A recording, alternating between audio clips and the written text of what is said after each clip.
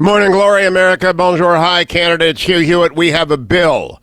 After 72 hours of being shamed and general anger across the country at Chuck Schumer and Nancy Pelosi, they caved, tossed in their cards, took the fig leaves offered them by Senate Majority Leader McConnell and Stephen Mnuchin, and we have a bill. It will be a very important day for people who are on the brink of closing their businesses. But if you got fired yesterday or Tuesday or Monday or Sunday, you can thank Chuck Schumer and Nancy Pelosi. I know a lot of you did.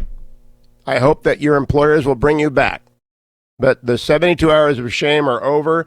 Mitch McConnell on the Senate floor early Wednesday morning, cut number 31. Well, Madam President, I have an update for the information of all senators and for the information of the American people, and it's good news. It's good news for the doctors and nurses in emergency rooms around the country who are waiting for more masks and more funding. It's good news for families all across America. At last, we have a deal. After days of intense discussions, the Senate has reached a bipartisan agreement on a historic relief package for this pandemic. It will rush new resources onto the front lines of our nation's healthcare fight, and it will inject trillions of dollars of cash into the economy as fast as possible to help American workers, families, small businesses, and industries make it through this disruption and emerge on the other side ready to soar. The Bipartisan CARES Act will squarely address each of the four big priorities that I laid out in my legislation at the beginning of the process about a week ago. It will rush financial assistance to Americans through direct checks to households from the middle class on down, and through a significant and creative expansion of unemployment insurance during this emergency. It will deliver historic relief to Main Street America through hundreds of billions of dollars in emergency loans so more small businesses can survive this and keep paying their workers. It will help secure our economic foundations and stabilize key national industries to prevent as many layoffs as possible, while keeping big companies accountable, as both sides have sought to do. And of course, it will push major relief to hospitals and healthcare providers, invest in new medicines and vaccines so we can beat this virus faster, and help get more equipment and masks to the frontline heroes who put themselves at risk to care for patients. In effect, this is a wartime level of investment into our nation. The men and women of the greatest country on earth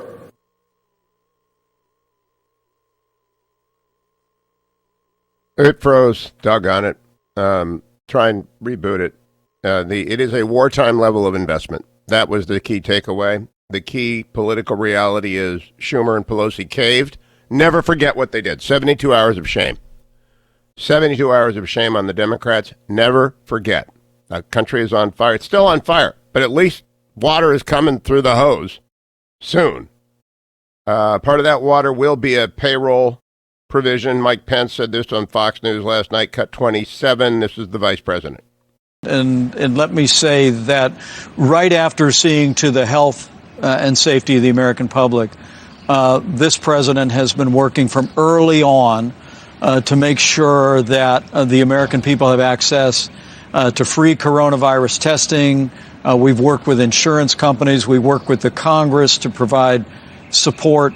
And right now, the Congress is negotiating a bill that would provide direct support to American families.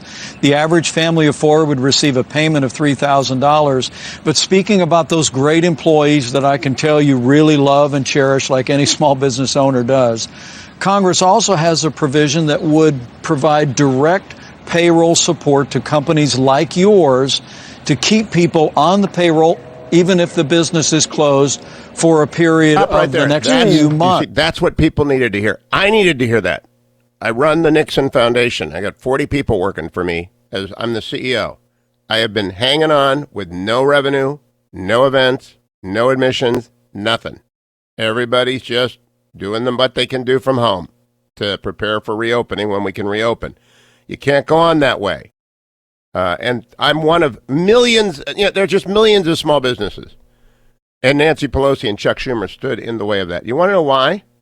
Mitch McConnell, while the negotiations were going on, went to the Senate floor, this is cut number 8, and told everyone what Pelosi was demanding before the rescue package could pass. Cut number 8. The administration has bent over backwards to work with Democrats and address their concerns. Now, at last, I believe we're on the 5-yard line.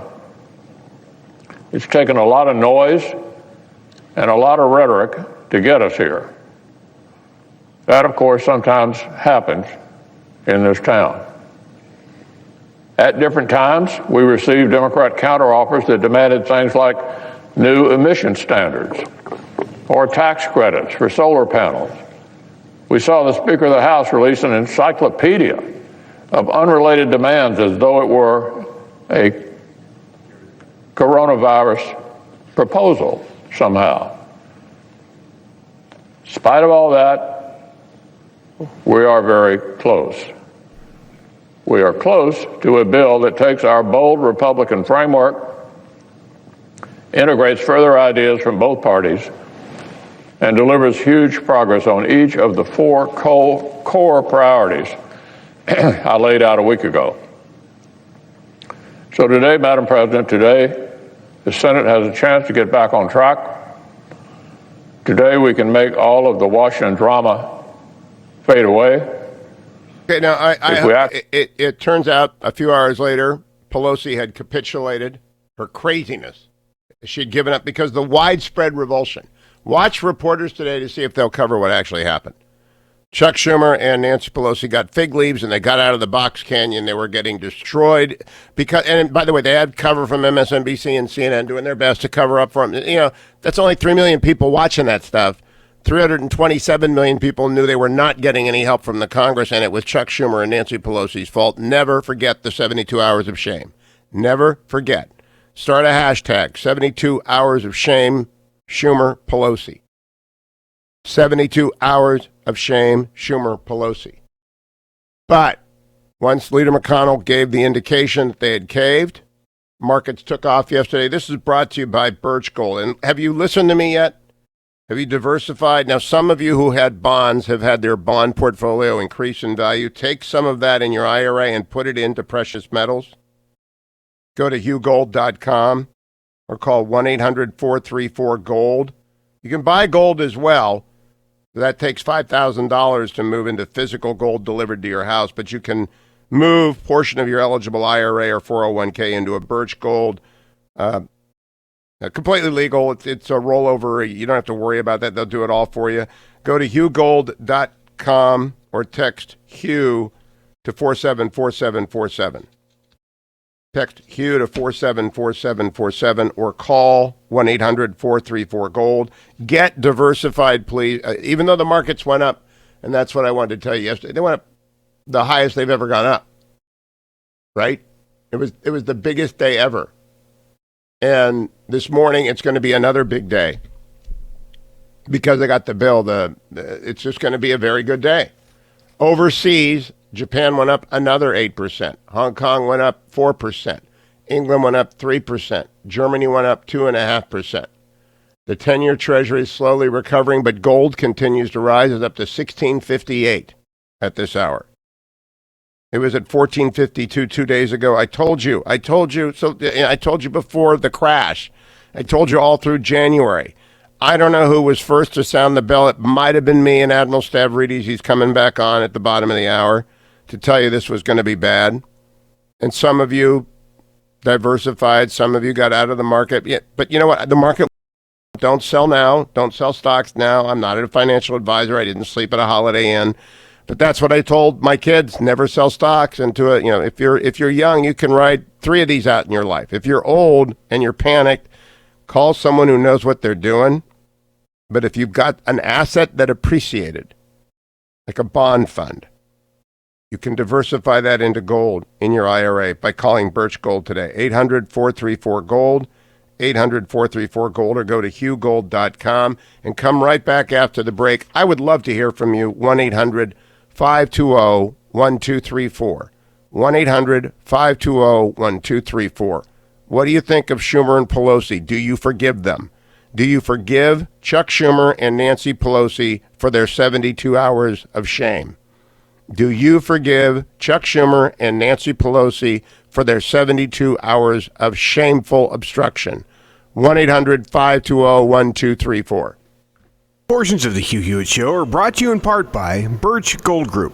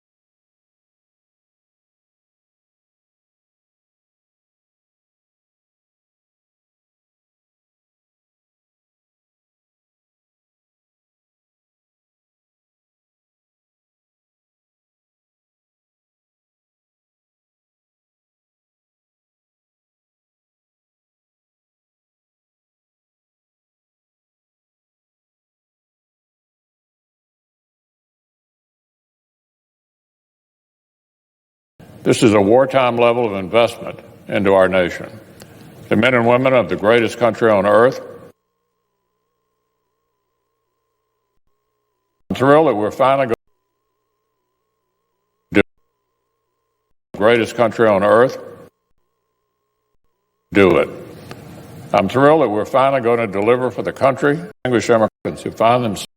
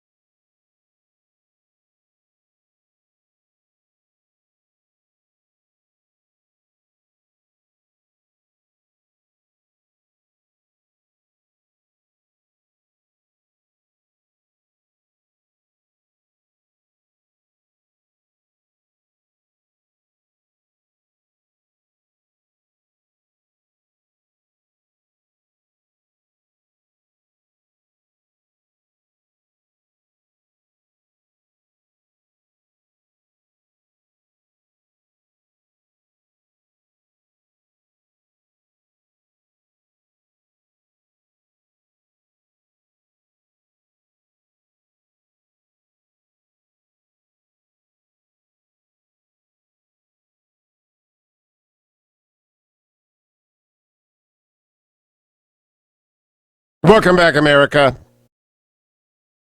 I am the Mandalorian of the radio.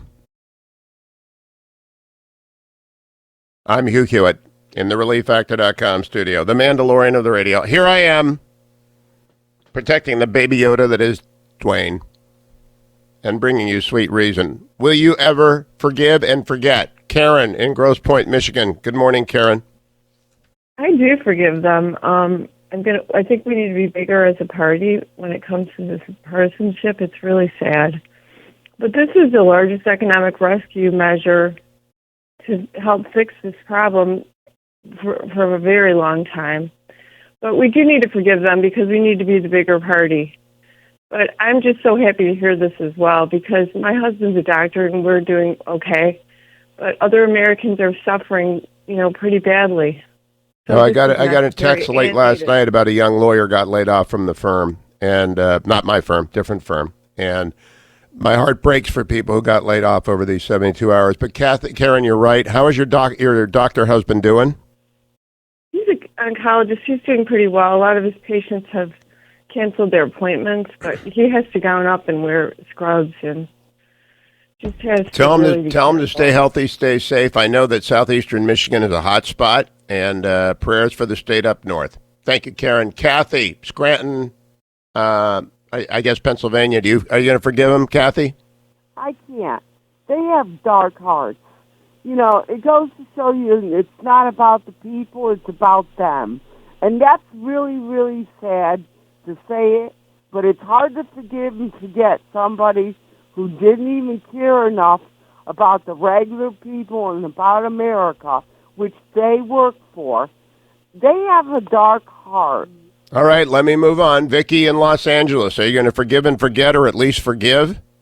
No forgive, no forget, because this is a pattern. Do we remember that Chuck Schumer just threatened our Supreme Court justices? Do you remember? Good point. Physically threaten them. Yep, physically threaten them. You have to pass the bill before you can read it. This woman's like Marie Antoinette. She is a very evil person, and I believe that she's the enemy within. And if you I do not believe you're going to be forgiving and forgetting. I don't know if she's evil. I know that she's ruthless. Jim, Portland, Oregon. Are you going to forgive and forget, Jim? No, I don't forgive. More importantly, I don't trust them. What they've done in the last 6 months, a year, I have serious doubts about their character. I just don't. I don't know how anyone votes for a Democrat. After they shoot the tires out of the ambulance and the fire truck, I do not know how you let any of them near power. If you watch poor Joe Biden, I've called him slow Joe Biden for decades. I'm in my 21st year. I've called him slow Joe Biden for decades.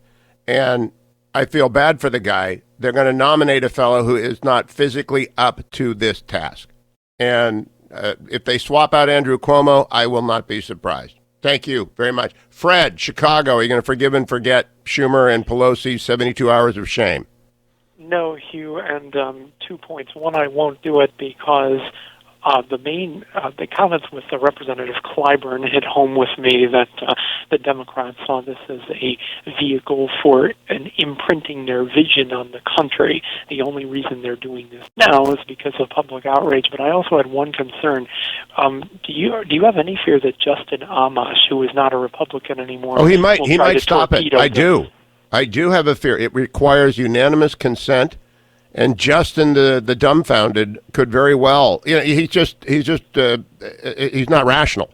But there are other Republicans. I'm not going to name them, who want 5 minutes of fame at the expense. And I will be as merciless on them as I have been on Schumer and Pelosi. This is not a partisan bill. Get the hell out of the way. When everybody says you're drunk, you'd better sit down. And everybody says you're drunk if you're opposing this bill. Thank you, Fred. I want to get one more in, Bill in Pittsburgh, because someone dialed the phone for a Steelers fan. I got to get him through. Hello, Bill. Hi, Hugh. I have a small snack and nut company in Jamestown, New York, and in Pittsburgh. And I'll never forgive Bob Casey or Chuck Schumer. The agony he's put our family and our employees under is unconscionable. Everybody knows. Everyone with a business, everyone with an investment in a business, everyone with a father or mother or son or daughter in a business that was staggered and has closed their door, they will never forget what Schumer and Pelosi did. Now we look forward Admiral Stavridis joins me right after the break. What's the Navy going to do about 3 sailors with COVID on the TR? Stay tuned.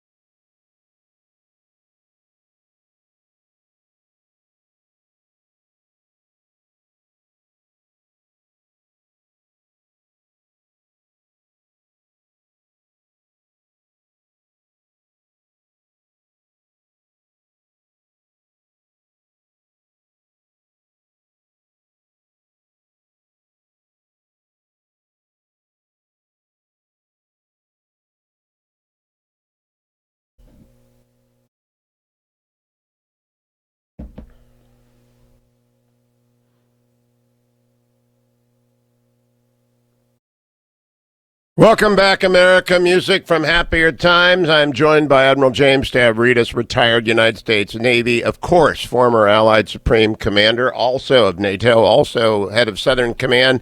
And on January 22nd, with me on this show, a predictor of doom. And so early to the bell, Tom Cotton, the Admiral, and me were. I wish we had been wrong. We were right. Now the question is, what do we do? Admiral, this is grim, but you've seen grim things before, right?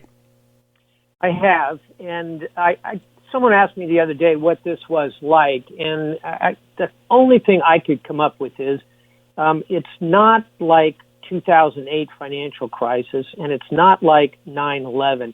Hugh, it's kind of a combination of those two things. In other words, it's the uncertainty about the broad security and how this will come out globally, combined with the obvious economic danger that is dead ahead of us. So it is the most unsettling time of my life, and I'm in my early 60s. So this is one to worry about. Here's the good news. I think we have all the tools to deal with this. There will be damage to the economy. We are going to lose a fair number of people before it's all over, but we are going to come around this thing. What we ought to be thinking about is what can we do to prepare for the next pandemic so we don't remake some of the mistakes we've seen so far. Now, Admiral, I'm going to give you a different analogy. I've been describing it to people like a worldwide Katrina. We saw its approach. It has come ashore in some places. The early tip of the storm has hit in New York and of course, in Italy and China, but it's going to stay overland a long time. And the thing I think people need to know, again, we discussed, I talked to Tony Fauci about this last week, the 1918 pandemic, with you and I are both aware, that's why we were conversing with this in January, went away during the summer of 18 and came back even more virulent in the fall. I don't know that people are looking out 6 months on the downside. They're hoping, they're praying. We're Americans, we always do this, but we actually have to adopt a 1942 approach, don't we? Indeed, we do. And we ought to make another point about Spanish influenza, and it's a fortunate one. Spanish influenza primarily attacked the young, the most vigorous among us. This pandemic is going after the elderly. Now, we're starting to see shifts in those numbers, and that's another watch out here, is a tendency to say, well, it's going to be centered among those who are 70 years old and older. Maybe not, especially, here's your point, Hugh, in that second wave. We also ought to remember that viruses can mutate. We aren't seeing that to a great degree thus far, but unfortunately it's early days. So as I said before, we ought to be thinking way past whenever we reopen the U.S. economy and reopen the global economy. We ought to be thinking stockpiles of medical supplies, of training programs for personnel to deal with this, of our ability to put up makeshift rapid hospitals, how we can surge capacity. Because if there is a second wave, we have to be prepared for it. Shame on us if we're not prepared the second time around, particularly looking back at Spanish influenza. Now, Admiral, Arthur Herman wrote a book called Freedom's Forge on how FDR turned the American economy into the arsenal of democracy. And there was a piece by Arthur in the Wall Street Journal this week into turning it into the world's medicine cabinet.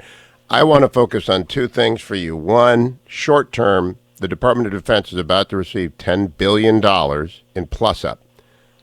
Who should control where that goes? There will be direction. I haven't seen the bill yet. I just know the number is $10 billion.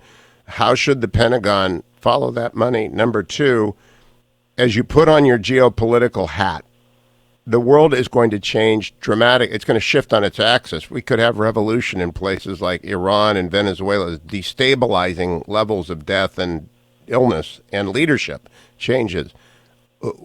How would you prepare the chain of command and the people who have to watch the world for this? So short term, what's DOD do with this much money? Suddenly, longer term, who ought to be thinking? We don't have an Andy Marshall right now, and we need one. Mm-hmm. Andy Marshall, for those who aren't familiar with him, was one of the great thinkers of our time who spent decades in the Pentagon, looking broadly, strategically, and making the right choices for the country. He saw, for example, the rise of China well before anybody else did. Let's think tactically about how to spend that money. I think a chunk of it needs to go into intelligence and our ability to see around the corners and to analyze the changes that are coming. And that's everything from our satellite surveillance systems to our ability to follow events on the ground, human, if you will, human intelligence. Secondly, I think there will be a premium on unmanned vehicles coming out of the other side of this thing. This event is going to make us even less enthusiastic, if you will, about large troop deployments. And of course, one of the ironies of this, Hugh, is Spanish influenza came out of the deployment of U.S. troops, despite the fact that it's called Spanish influenza. It should be called the DOD influenza. It came out of U.S. troop deployments. And then, so that would be second, I think, unmanned vehicles. And thirdly, I think special forces are always a good place to invest as you're in uncertain times because they're so flexible and can be moved in so many different ways. And fourthly, I'm going to say cyber and cybersecurity. There's a kind of, if you will, a second wave coming here, which will be the vulnerability of our systems to cyber because we have taken the eye off of that ball, to put it appropriately, on Spanish influenza. In terms of the second question, and globally, how does this start to shake out? I think one big muscle movement will be if China really comes roaring out of this thing, having turned the corner and can avoid that second wave, China will burnish its credentials when it goes to parts of the world to say, look at us. Our authoritarian capitalist model is a really good one. Look how quickly we were able to marshal resources, to use authoritarianism to turn a corner quickly on this. It'll become a major talking point for China. We ought to watch that. We need to have counters to that, hopefully through our own confidence. And then the other one to watch just this morning, Hugh, India. India, 1.3 billion people packed in, just announced a 21-day shutdown of their country. That's where I would be very concerned about radicalization in those elements. We could talk about Pakistan, Venezuela. There are other terrible situations developing, but I'd watch for China to rise and India to come into some danger as this unfolds. My worry is that Iran, under extraordinary pressure from a death toll, will divert attention via aggression, but I'll come back to that. I want you to drill down, Admiral, if you will. There are 5,000 families, and mine is among them, with a crewmate on the Teddy Roosevelt where there are 3 cases of COVID. And there will be other ships with COVID. And I want you to put on your old ship driver hat. What would your advice be to anyone with a ship at sea? I'm sure DOD is sending out reams of guidance, but what would your advice be to any driver of a ship where they've got sailors of any rank down with the COVID? Yeah, speaking of sailing, Enterprise, when I was the commander of Enterprise Carrier Strike Group, was deployed in that beautiful carrier, just decommissioned about a year ago. And we had a terrible flu epidemic going around that ship. And it was stomach flu, which is a pretty horrible thing on a ship, as you can imagine. Probably a virus similar to those which go around on cruise ships occasionally. And so, point one, tactically, you do all the exact same things you would do on a cruise ship or any other close quarters, endless hand washing, wiping down. The good news is you've got a lot of people to go out and do that. The bad news is, you pointed out already, people are just packed into these spaces.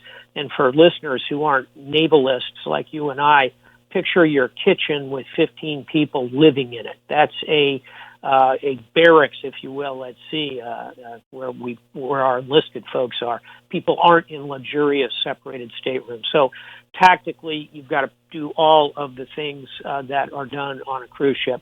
And secondly, for the commanding officer of Teddy Roosevelt, and I'm sure he's all over this, is You've got to be informing people about what's going on. The uncertainty is maybe the worst thing. The good news is you've got not only internal announcing systems, but television throughout the ship. You can go on, set up from your own broadcast studio. I would suspect the kind of COVID-19 briefings that we're all getting used to with the Vice President and Tony Fauci and Deborah Bricks and others, you're seeing those done on the Roosevelt probably every day by the captain, by the admiral if he or she is embarked, telling the story, keeping the crew settled, doing all of those kinds of strategic and morale things. You have to put that alongside the tactical, I think, here as well. My last question, Admiral. This week, I've been pushing the idea of beat the bug bonds because I know in World War I and World War II, we financed the war by selling bonds at 75% of par value. And it gave citizens something to do when they don't have a ventilator to donate, when they can't care for an emergency room patient, when they can't visit the other. They can dig into their savings, they can work an extra hour and buy a bond. What do you think of bringing back those campaigns from those days? I love the idea, and I am riding this one out down in Florida because we have 80-something parents who live nearby, so I'm here with my wife. And on the wall in my small office here, Hugh, is a signed letter from Dwight Eisenhower, President Eisenhower, when he was General Eisenhower. And he was, a young girl wrote him and said, President Eisenhower, what should I do?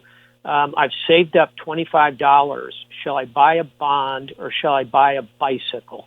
And President Eisenhower, then General Eisenhower, said, buy that bond. There's always time to buy the bicycle. Got a little chill there.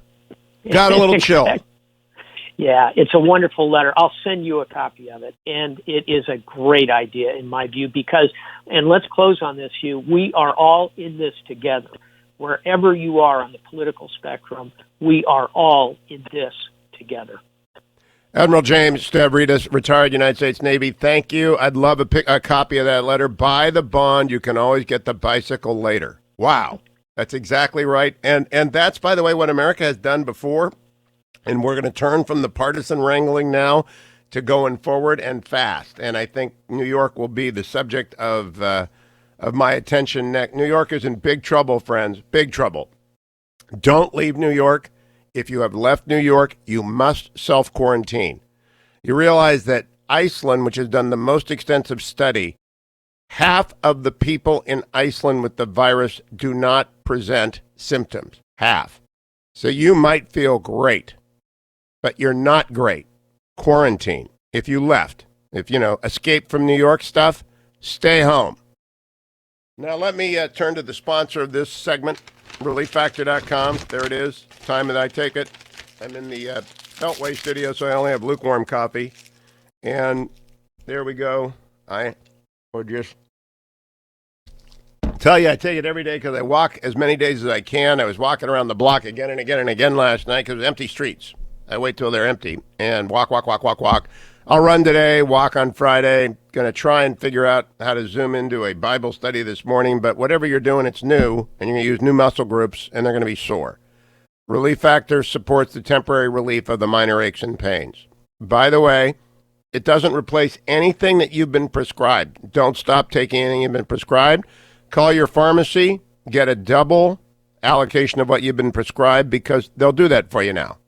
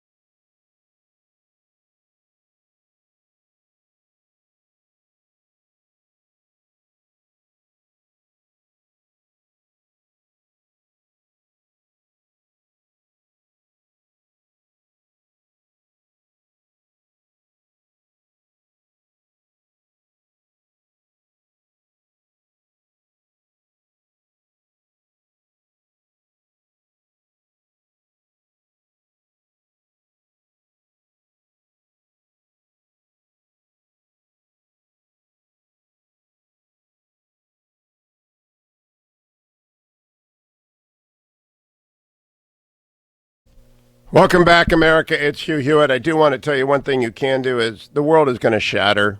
It's going to just be shaken. And one place it's going to be very, very shaken is Guatemala because there isn't anything to begin with. It's not as bad as Venezuela because they allow food for the poor to go there. That's the difference. They allow food for the poor to go there.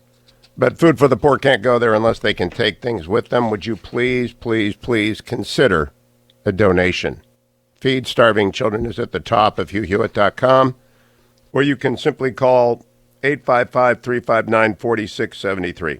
855-359-HOPE. We're taking care of Americans. We are all going to take care of New York and wherever else. We're going to do what we have to do. I hope we have a bond campaign. I hope we can get involved. But we can't forget the poor, the lost, and the least of the world. Food for the poor, let them be your hands. And the best place is there's a banner at the top of HughHewitt.com. $10, $100, $1,000, whatever you can do. Now, a lot of you are just completely dumbfounded about your tax situation, especially those of you who were in trouble beforehand. You did not get amnesty, but now's a really good time to beg for mercy and to use the existing programs that Perry Cronin at Axiom Tax Resolution knows about. You can get a free consultation right now with Axiom if you call Perry, 844-8-TAX-PRO. Now, Perry and his team are working from home, of course, but the IRS is at work, and they are leaning into this crisis. They've set back, you don't owe any taxes until July 15 for last year. You don't have to file until July 15.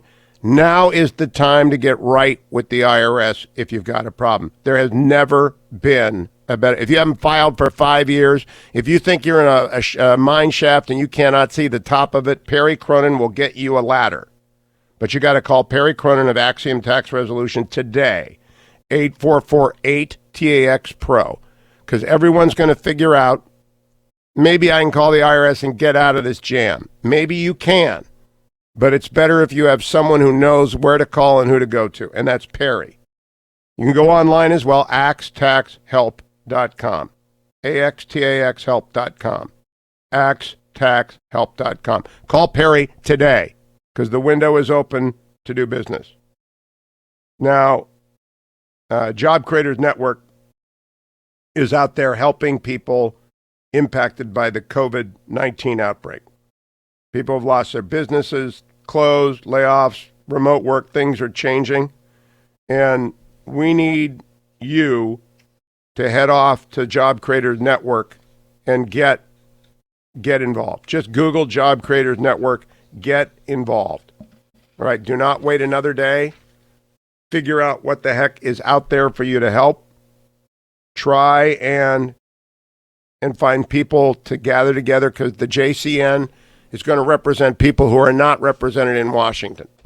When the Treasury Department develops regulations to govern these loans, you need Job Creators Network because the bigs are going to take care of themselves as they should. You know, the airlines know what the airlines need. The restaurant industry knows what the restaurant industry needs. Advertising dependent agencies like broadcast know what we need. Foundations know what they need. Charitable organizations, but small businesses, I mean, you know, you're running, I can think of in Virginia, where I live, there are, you know, scores of small businesses. They're so different. There is nobody that can represent them. That's why Job Creators Network exists. Go and join it today. Figure out what they're doing on your behalf. Lisa in Indiana, or Les in Indiana. Good morning, Les. You're on the Hugh Hewitt Show. Your former governor, Mike Pence, is doing a great job. I think he is doing a great job. It was a great selection, and I think it helped get President Trump elected, and I think it will help him get reelected. My big concern is this is being used to shove through a lot of things that don't need to be shoved through. Yes, people needed help, but, you know, it used to be the rule of thumb was you needed 3 to 6 months of savings to get you through an emergency.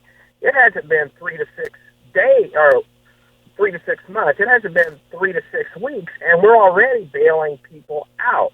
Well, we have to. You know what, Les, if you're upset with the bailout, you're wrong.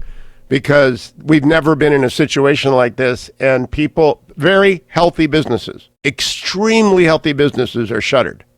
That's never happened in America before. Still, whether it's a household or a business, you still need to be able to Les, I appreciate it. You're wrong, but God bless, Godspeed. You're just wrong.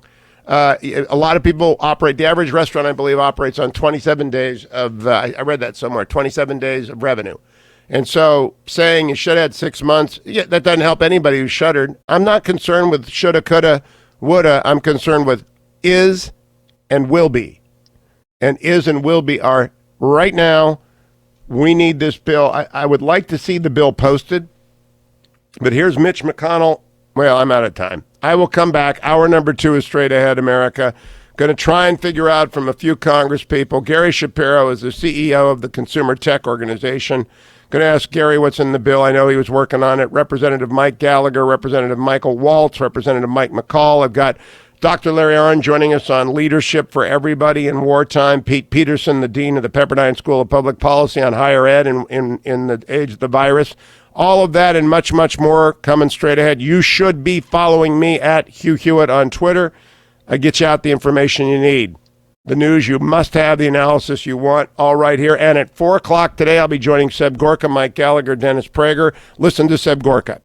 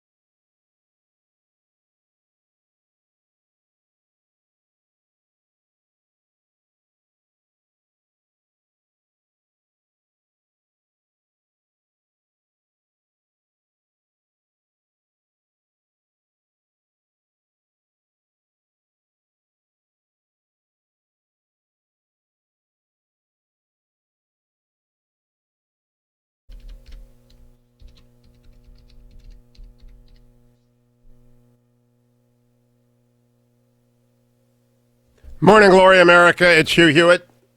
It appears as though the rescue package is going to pass today. God forbid anyone in the House objects to it. Honestly, we absolutely need this. Now, Washington, D.C. is a funny place. I've lived here on and off for 30 years, and it's full of associations for everybody. But one that matters a great deal is the Consumer Tech, the Consumer Tech Association, and their president, Gary Shapiro, joins me now to talk about, first of all, what does Consumer Tech Association do, Gary? And then let's talk about the bill and what it's going to do. Good morning, Hugh. Thank you for having me on this historic day. We are a national trade association of over 2,000 American technology companies representing a very multi-billion-dollar industry that's pulling the economy along. We also own and produce the CES, the largest business event in the world, and our single focus is on promoting American innovation and making sure business can get done so we could advance progress and humankind. Pause for a moment. I think a lot of my audience will have heard of CES. I've been there a couple of times, spoken at it a couple of times. Tell people, it's just the biggest thing ever. It's in Vegas usually, isn't it? Yes, it can only really be held in Las Vegas because Las Vegas has 3 of the 10 largest convention centers in the country, and we use all 3 of them. And it's a great city full of great people, amazing talent, workers, restaurants. So, of course, right now it's struggling. It's a tough time for Vegas, as it is for many other cities. So for the people who are, we got the boss of CES. That's what the guy who puts on CES. So you've obviously been busy. What do you think is in this bill, and what is tech doing for the country right now? Well, what's in the bill is a lot of stuff for people that are hurting Americans, businesses, things like that. Tech is not in that group. We did not speak anything in the legislation. I didn't see anything there for us as a policy. We are concerned about the deficit and the debt, and we do not lobby to try to get money for our industry. So I'm sure some companies may have tried things important to them, but what we're doing for this is so much in terms of, first of all, I think tech is the one that's going to pull along the U.S. economy to get us out of this mess. In addition to the cash infusion from this legislation, we have the best companies in the world, and if they could just continue to serve people around the world and employ a lot of Americans and others, that would be a great thing. In terms of what the tech industry is doing, there's so much. Obviously, people, including me at this point, are not going into the office. We're doing everything by telework. And there's so many companies that are helping us do that, like Google, Microsoft, Adobe, as well as Zoom and others that are allowing us to have virtual connections, video chats helping, as is Facebook and Apple and Cisco and so many others. But there's other things we're doing. We're keeping people fit. There are a whole bunch of fitness devices. We're allowing telemedicine. Doctors, and this was in a prior legislation or prior regulatory action, rather, that there was done by the administration. Increasingly, there's a shortage of doctors. There was before this crisis, but there's a law from '96 that says doctors are limited in number, and we're getting older, and we need more help. And getting back and forth from the doctor is a challenge, especially with coronavirus. So now there's more doctors can do over the telephone. Our devices help measure people's various biometrics, and they can get information about when they really have to go to a doctor. And that's wearables, it's telemedicine, it's things that are very important to us. And then, of course, there's companies are stepping up to help make protective gear like 3M and GM and Ford, all members of ours, ventilators, things like that. And then there's a lot going on with sanitization. Great company called Germ Falcon is actually using ultraviolet to get rid of what's it called? Bacteria.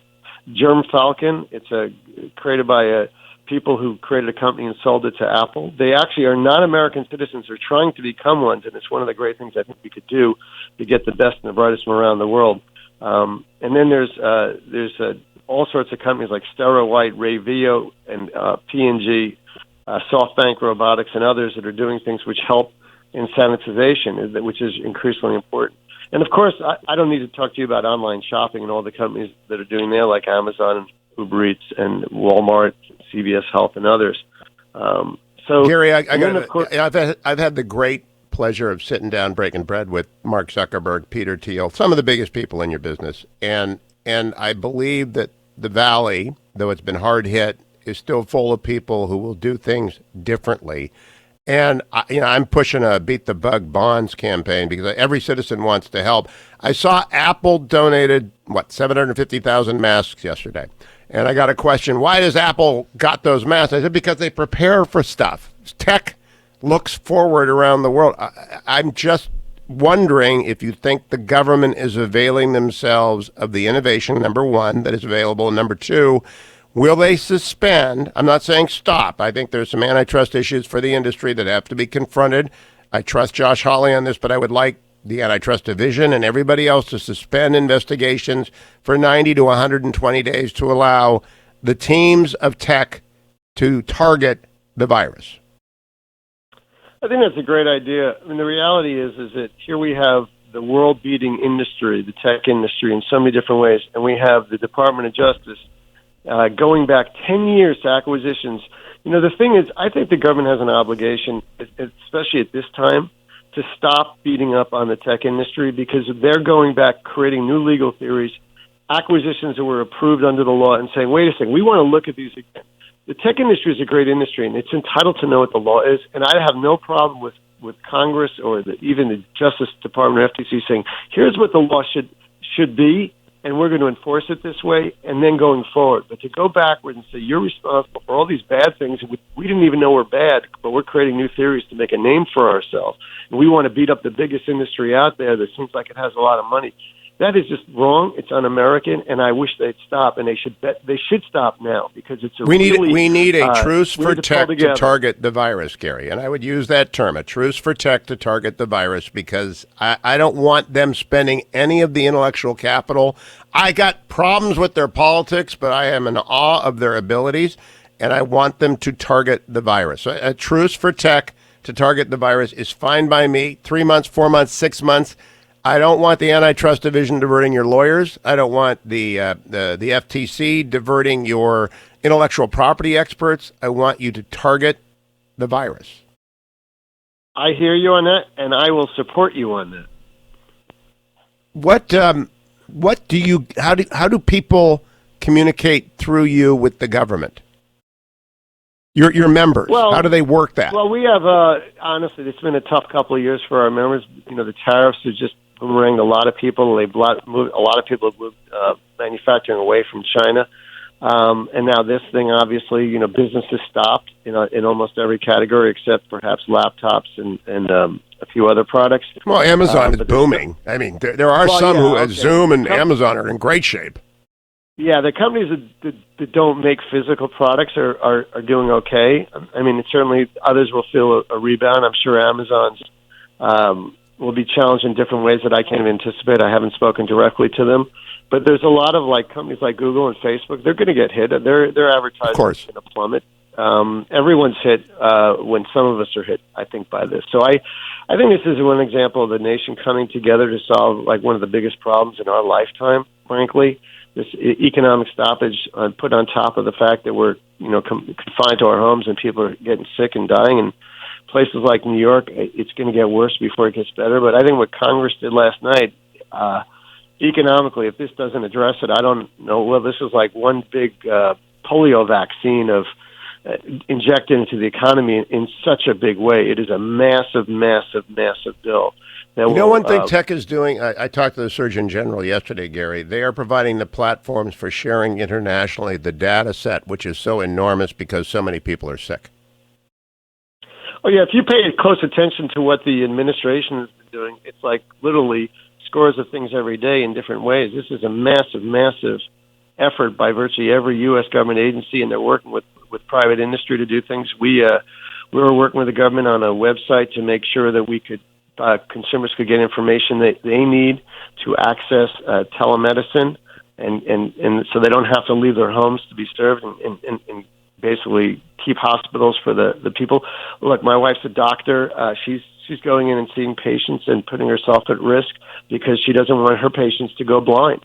And people are doing things all the time. Some people have to get out. Others don't, and that's why the administration's doing everything they can for every segment of society, and what they haven't done, this bill takes care of it. I've never seen a more massive bill in my own lifetime. So it's I think we'll be on a good footing going forward. We'll get through this thing in the next couple of months, hopefully, and we'll move forward, and we'll get some vaccines going for the future, and we'll be ready and then we'll start. Our economy will hum. Well, Gary Shapiro, good to talk with you. I really do believe we need a truce for tech to target the virus, and I hope the senators who I know who are listening and the representatives take that to heart, and the regulators. This is no time, but they need all hands on deck for 3 to 4 months to develop the platforms to allow us to target the virus. Tech is going to help us. This is what was not there in 1918, and boy, are we glad it's here in 2020. Don't go anywhere, America. I'll be right back on the Hugh Hewitt Show. Thank you, Gary Shapiro. Portions of the Hugh Hewitt Show are brought to you in part by Job Creators Network.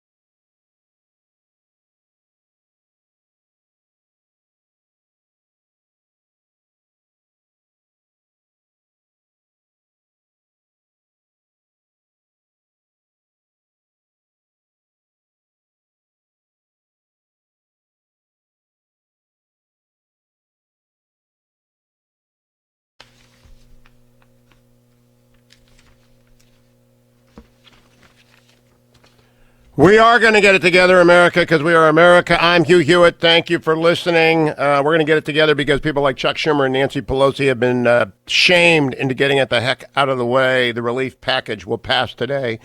Not one Republican can stop this. Justin, the dumbfounded, might step up and stop it. I don't know. There might be one row. If anyone stops it, they will be forever belittled. They're not going to be a hero. They will go into the forever hall of shame with Chuck Schumer and Nancy Pelosi for shooting out tires on the fire truck. Now, I'm about to give you a little good news, and I want you to take it with a big grain of salt. In the back of my mind is the 1918 pandemic, which went from bad to completely terribly awful between the spring and summer when it went underground. So remember, viruses can mutate into more deadly forms. But the Telegraph out of Great Britain has a story this morning. What if half the population already has coronavirus? It begins. Britain is now locked down for at least 3 weeks, but it could be that the government's original policy of relying on herd immunity has been right all along. That is the inference of a team of epidemiologists from Oxford, whose modeling produces remarkably different results from that of Professor Neil Ferguson and his team at Imperial College.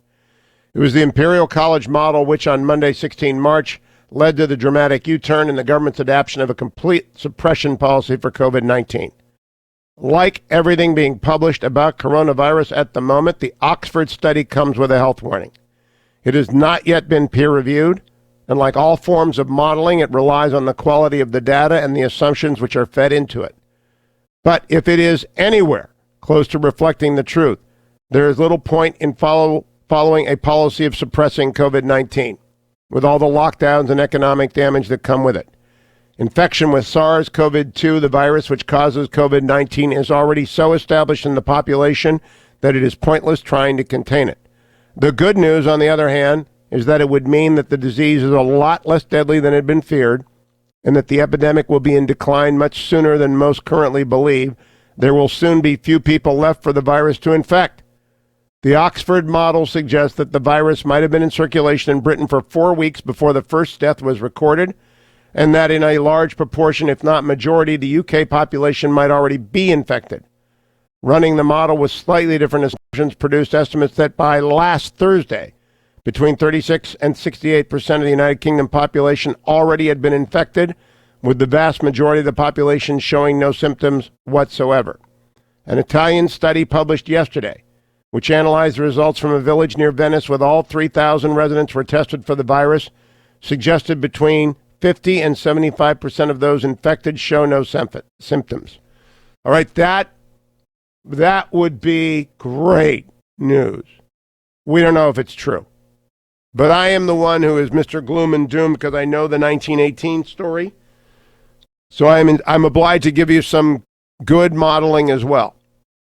But a lot of people are still going to get sick, and if you got an underlying condition, it's really tough. And so don't let up. Don't stop suppressing. Just know the world scientific community is focused on this disease and this virus, and that's good. Let me give you the business story of the day, brought to you by AndrewandTodd.com. Andrew Del Rey, Todd Avakian. They lend money to people to refinance their homes or buy new ones. That market is beginning to stabilize, but you're not going to lock a rate yet. You need to get all your paperwork in. If you're going to need money out of your house, or if you want to buy a rental property or a new home, the rates are going to stabilize at very low rates for a long time. But you want to be in line because it's going to be everybody and their brother when the virus is suppressed will want to take advantage of these rates. Get in line, get the application curated, ready, your credit fixed. AndrewandTodd.com are working. Their entire team is working. They're with Sierra Pacific Mortgage. They're the best in the business. I used them when I moved to the Beltway. Family and friends use them all over the country. Thousands of my listeners use them. I get emails from you all the time how good they are. Here's what you do. You call 888-888-1172 and say, I want to get ready. Yesterday, the Dow soared, the biggest day ever. And overnight, Japan was up 8% for the day. Hong Kong was up 4%. That is great news, friends. That is great news as a little bit of confidence begins to return to markets that there is a light at the end of the tunnel, using the Vietnam War cliche that was never true. Well, it might be true. AndrewandTodd.com. I'll be right back, America.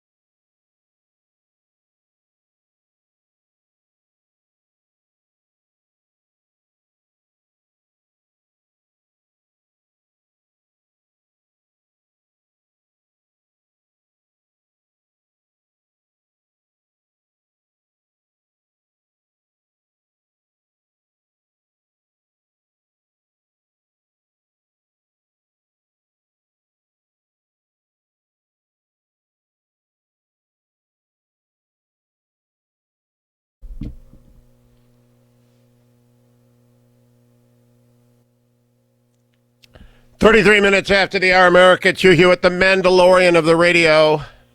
I just signed on for 8 more years of this. That means 8 more years of talking to Gallagher. Mike Gallagher, Congressman extraordinaire from Wisconsin, doesn't know that. I don't know if he knew that. Did you know that, Congressman? I just extended till 2028. Congratulations, Hugh. The idea that you think I'll still be in Congress in 2028 is laughable, but congrats to you, my friend. America is better for it. I think you're going to be Senator Gallagher at that point, and I'm not. And then you'll be the fastest man in the Senate unless Cotton gets back into shape. Congressman, we got some important stuff to do. Number one, you're often appalled as a younger member of Congress by how it works. I've never been more appalled in 30 years of broadcast than the last 72 hours. The 72 hours of shame, I call it. I think it's over. Will every House member on the Republican side vote unanimous consent to pass the rescue bill? With the possible exception of Justin Amash. Now, I do think there are legitimate questions about whether you can move a $2 trillion bill via unanimous consent. My own view, and it is a contrarian view, I will admit, is that we never should have left town last Saturday after passing the bill in the House. We should have stayed there to be ready to debate this over the week almost concurrently with the Senate, so we're not delaying much needed relief. But I do think just everyone who's back in their district is just hearing from small business after small business about what a extinction level event this could be for them, that I think the pressure will be to move something very quickly. And even members like Amash will, I think, respond to that pressure. I call him Justin the Dumbfounded, but even he has got to figure out, Justin the Dumbfounded has to, but there are other rogue members of your caucus who, they're unusual individuals. They've just got the leaders and the whip, and people like you who know what's going. You've just got to take them aside and say, "Not this time, not this time." Well, I've never seen anything quite like this, and I do think it's important for people to start making the distinction in their head between the 2008 crisis and what we did in response to it in 2009, which some refer to as a bailout, and there were some good and some bad things in that. And what's happening now, this is a very different situation where in many cases the government is forcing businesses to shut down, taking their livelihood. You could sort of think about it as Fifth Amendment, takings clause, and therefore they're required to have justified compensation.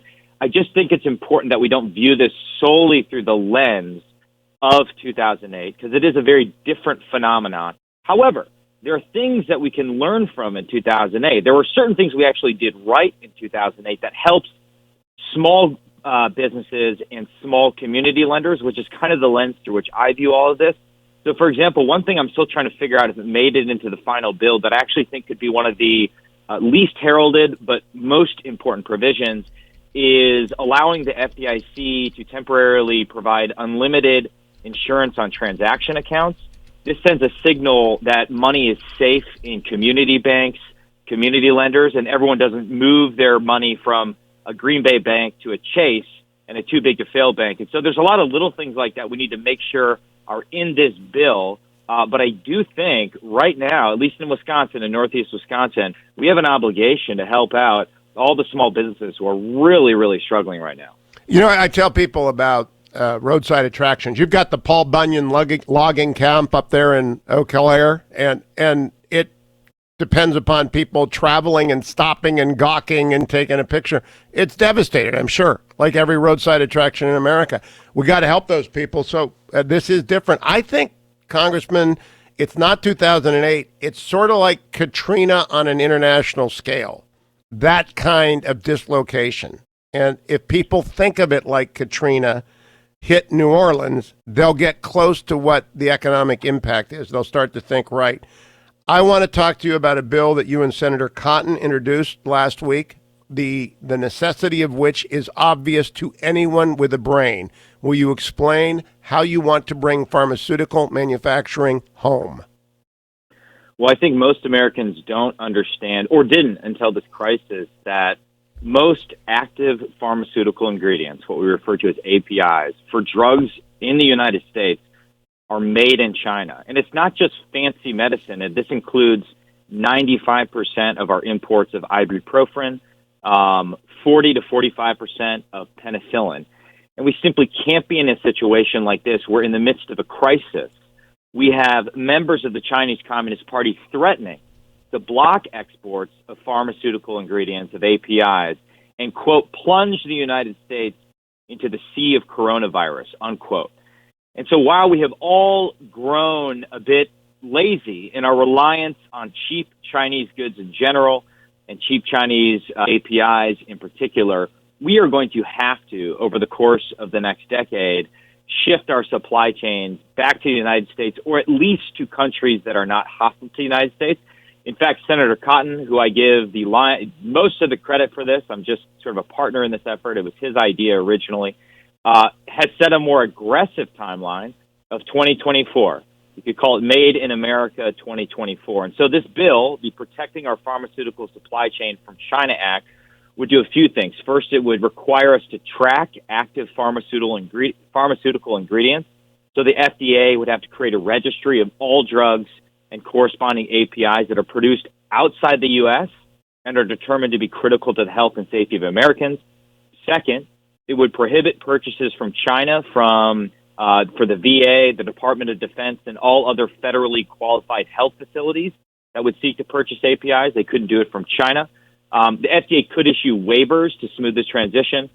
3, it would create transparency in supply chains, requiring drug companies to list the APIs and their countries of origin on their labels so your consumer could understand what they're actually putting into their body. And finally, to make this a little bit easier for drug manufacturers and incentivize them to rebalance their supply chains, we would allow for immediate expensing for firms that incur costs associated with expanded pharmaceutical or medical device manufacturing within the United States.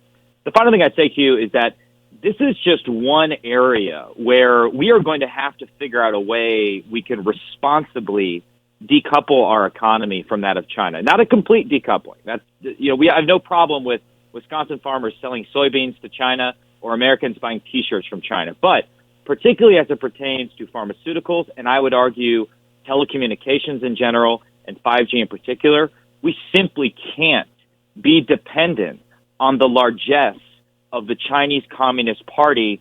And this crisis proves why that is and why it's so dangerous to have useful idiots in the American media parroting Chinese Communist Party propaganda.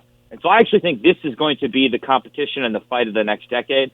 And I applaud Senator Cotton for leading the effort, and I think it's been spot on as it pertains to the Wuhan coronavirus going back to December. Now, the CCP has given us one of the silver linings, which is transparency into their malign motives when it comes to threats like that. I talked to a retired PhD toxicologist 2 years out of Big Pharma, and I brought up the Cotton-Gallagher bill.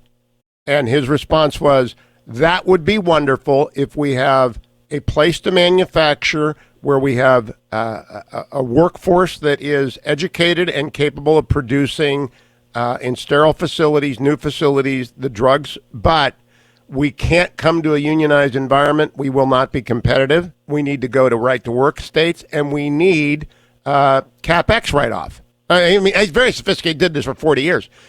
He knows exactly what you need to manufacture drugs.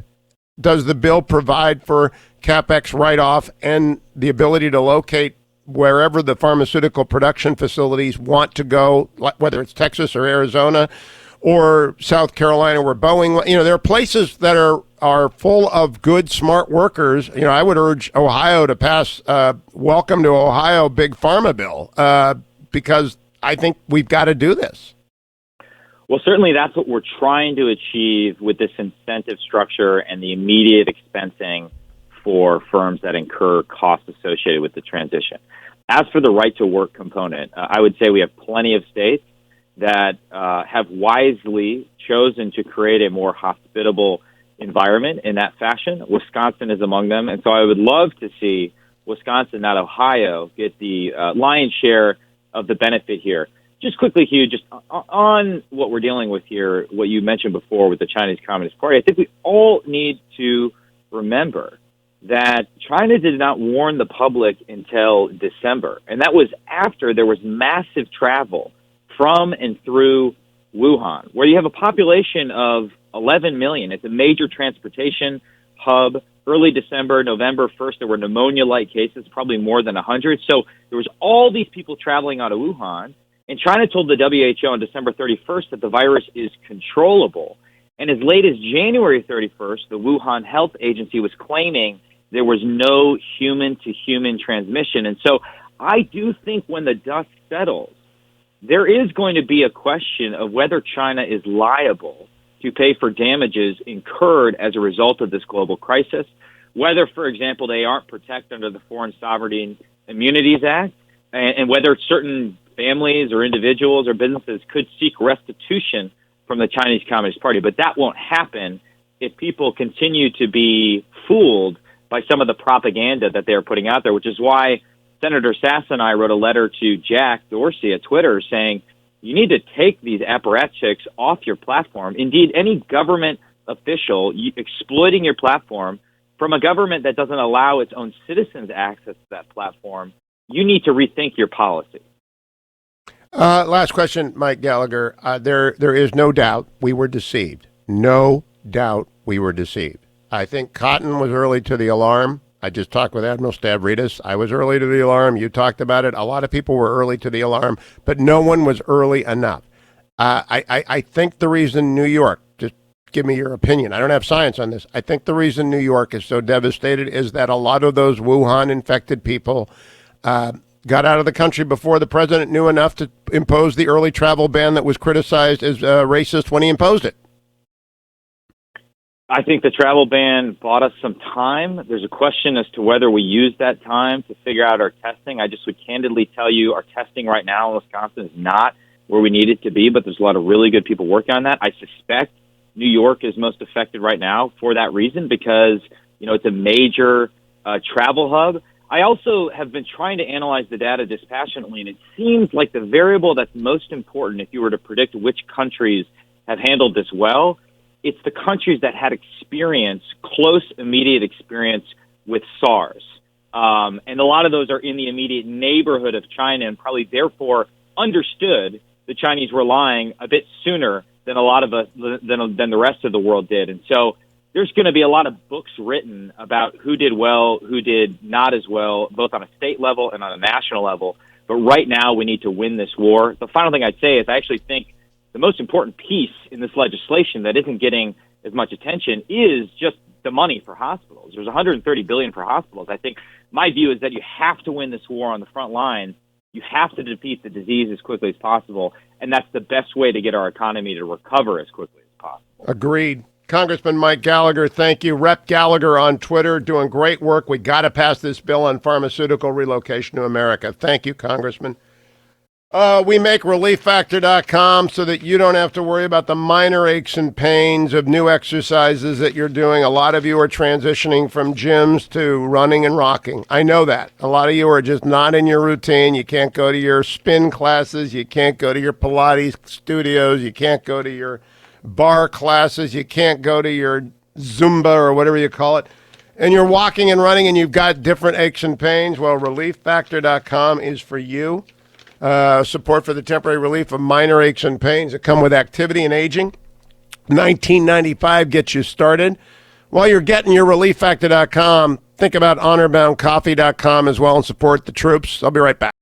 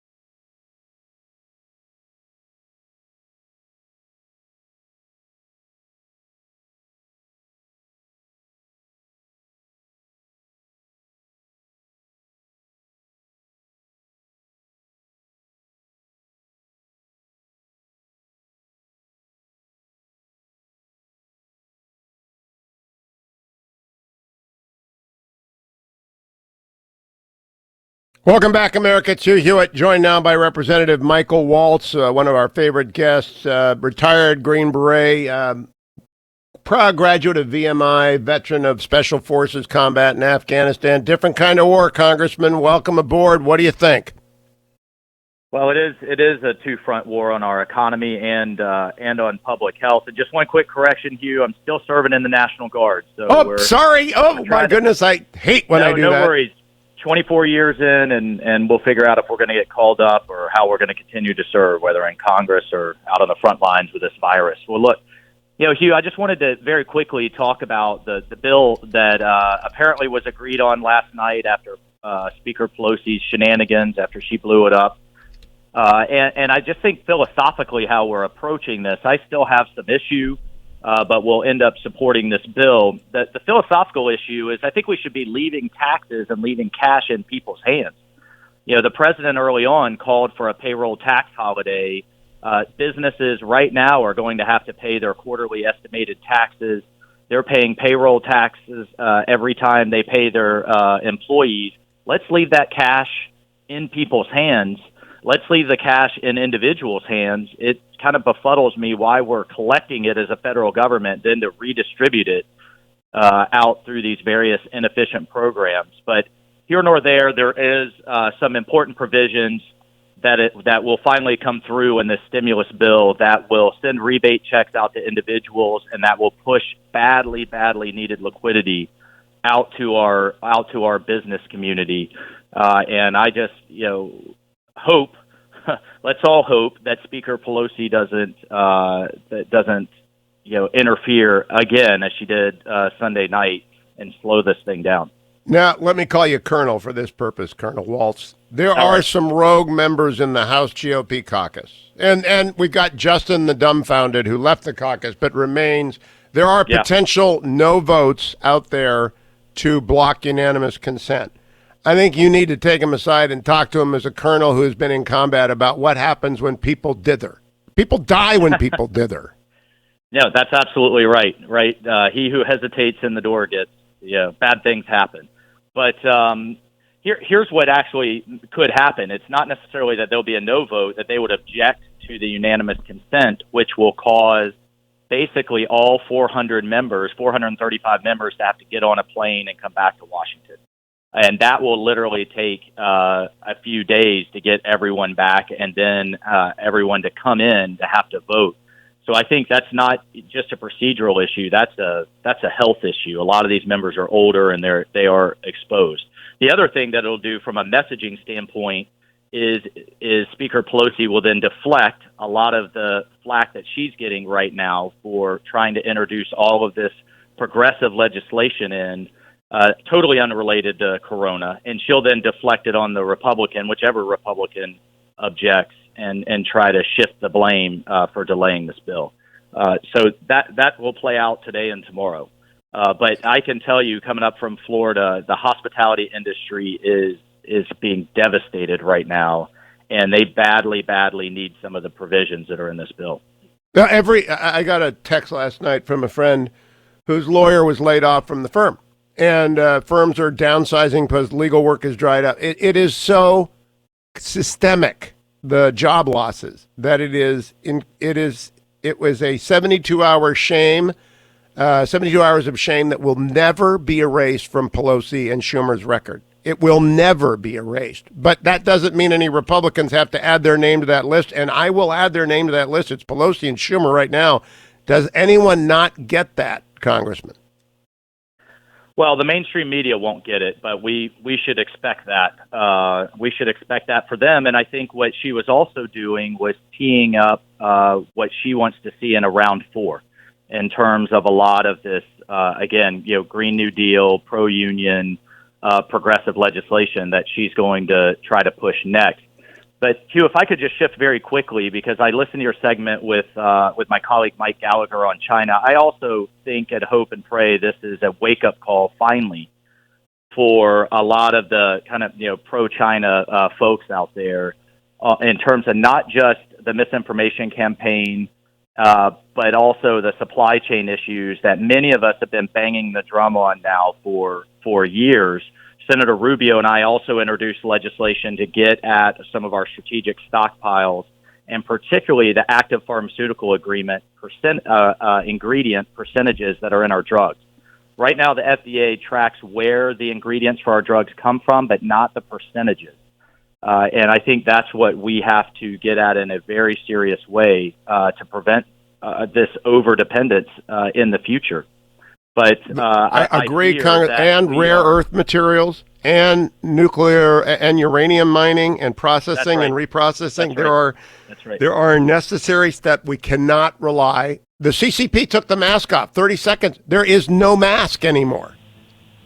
That's right. Well, they finally showed their cards, and we are going to take very real and very serious action to shut that down. And then finally, we have to look at how Singapore, Hong Kong, and Taiwan have been dealing with this with relatively few cases, and it is testing, testing, testing. And we're working with the administration to push those out as fast as possible. Congressman Waltz, thank you. Remember that, America. When people tell you who they are, believe them. China told us who it is. The CCP did. I'll be right back on the Hugh Hewitt Show.